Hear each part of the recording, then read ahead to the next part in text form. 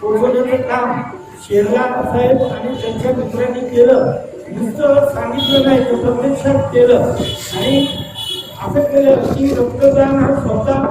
रक्त देण्याचं काम शेरला साहेबांनी त्या लोकांना घेऊन जे केलं ते खूप मोठं काम आहे आणि असं मोठं काम शेरला साहेबांसाठी या पुढेही घडावं अशी एक अपेक्षा व्यक्त करून मी ज्यांनी रक्त दिलं त्या रक्तदात्यांचं तसंच ज्यांनी हा कार्यक्रम घडवून आणला त्या सर्व मित्रांचं आणि जे सेवक आहेत की ज्यांनी